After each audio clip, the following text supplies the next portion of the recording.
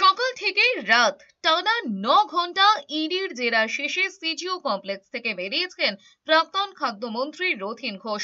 5বার তলবেও হাজিরা এড়ালেও ইডিকে না জানিয়ে শুক্রবার সিজিও কমপ্লেক্সে হাজিরা দেন প্রাক্তন খাদ্যমন্ত্রী রথীন ঘোষ। এরপর সকাল থেকে টানা জেরা করা হয় তাকে। নির্বাচনের আগে ইডির নোটিশে রথীন ঘোষ জানিয়েছিলেন ভোটের কাজের জন্য ব্যস্ত রয়েছেন, তাই তিনি আসতে পারছেন না। এরপর বাথরুমে পড়ে যায় চোট পাওয়ার কথাও বলে হাজিরা এড়িয়েছিলেন। 2009 থেকে 2020 সাল পর্যন্ত তৃণমূল পরিচালিত মধ্যমগ্রাম পৌরসভার চেয়ারম্যান ছিলেন রথীন ঘোষ। ইডির দাবি 2014 থেকে 2018-র মধ্যে ওই পুরসভাতে নিয়োগে বড় রকমের দুর্নীতি হয়েছে। এর আগে পুর নিয়োগ দুর্নীতি মামলায় বারবার হাজিরা এড়িয়েও শেষে সোমবার ইডির হাতে গ্রেফতার হয়েছেন প্রাক্তন দমকল মন্ত্রী সুদীপ বসু।